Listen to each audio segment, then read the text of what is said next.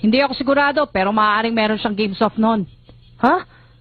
Sino yun? Sinong sinasabi mong merong Grid Island? Ayoko talaga humingi ng tulong sa kanya, pero wala na akong magagawa.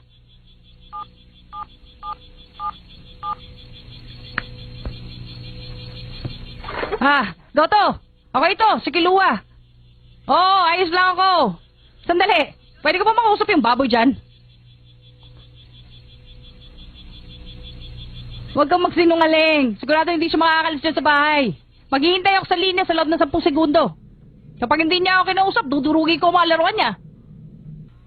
Ano ba yun? Marami akong ginagawa, ha? Makinig ka mabuti. Kapag pinakialam mo mga laruan ko, tatapusin kita. Niloloko lang kita, kuya. Huwag kang magalit. Nakakatakot ka naman eh. Paprangkahin na kita, kuya. Ang larong Grid Island? Oo, alam ko ang larong yan. Hindi ko akalain sa dami ng tao, ikaw pa magtatanong tungkol dyan. Meron ka ba nun? Wala. Gusto ko pero hindi ako nakabili. Isipin mo na lang, 5 taon pa lamang ako nung nilabas yun. Kaya wala akong pera. Balita ako, 20,000 daw ang nagbebenta. Samantalang 100 kopya lamang ang nilabas ng kumpanyang gumawa nun.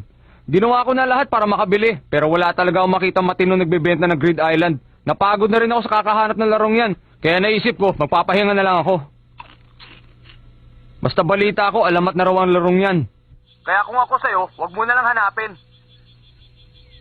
Talaga bang wala ka na magagawa kaya sumuko ka na lang sa paghahanap? Wag mo na nga lang ipaalala sa akin yan. Mahalaga meron akong impormasyon. Alam mo naman na mahalaga na lang sa akin ngayon trabaho tsaka pera. Kaya hindi na ako nag-aaksaya ng panahon sa larong ganyan. Talaga? Baka naman gusto mo sabihin sa akin yung impormasyon. Ha? Magbayad ka muna.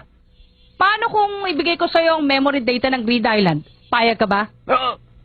Nakakuha kasi ako ng isang ROM card na masyadong marami ang koneksyon.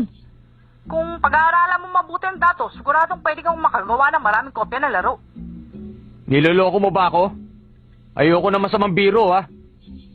Hindi ko pa nagawang magsinungaling ng dahil lamang sa kasakiman. Naintindihan ko, pero meron ako dalawang impormasyon. Teka, delikado kung dito tayo mag-uusap. Huwag kang mag-alala. Kahit may nakikinig pa sa usapan natin, wala siyang magagawa. Ang una ay ang site para lamang sa mga hunter. Ito ang pinakamalakas sa net dahil sa dami ng impormasyon at taas ng kredibilidad. Sa sinasabi kong website, maaari kang makakita ng iba't iba't mamahaling kayamanan na hindi mo basta-basta makikita sa isang ordinaryong website. At para makapasok ka, kakailanganin mo ng hunter card at ang iyong address. Ibibigay ko sa iyong address kapag nakuha ko ng ROM card. Sige, walang problema yon. Yun nga pala isa. Alam mo ba ang tungkol sa subastahan sa Yorkview City? Oo. Meron akong balitang makikita mo doon ng larong yun. Mga 20 hanggang 30 piraso ang dadalhin dun Ayon sa mga impormasyon na nasagap ko, hindi raw kilalang tao may hawak. Pero hindi pa rin sigurado ang impormasyon na sinasabi ko sa'yo, ha? O sige, maliwanag. Ipapadala ko na lang ang ROM card gaya ng dati. Pasensya na, sa haba ng pag-uusap namin, naialok ko sa kanya ang ROM card. Walang problema sa akin yun. Nakakuha naman ako sa kanya ng mga halagang impormasyon. Una, merong site. Mga hunter na katulad mo ang makakapasok lamang. Ganun pala Gagamitin ko ang license card.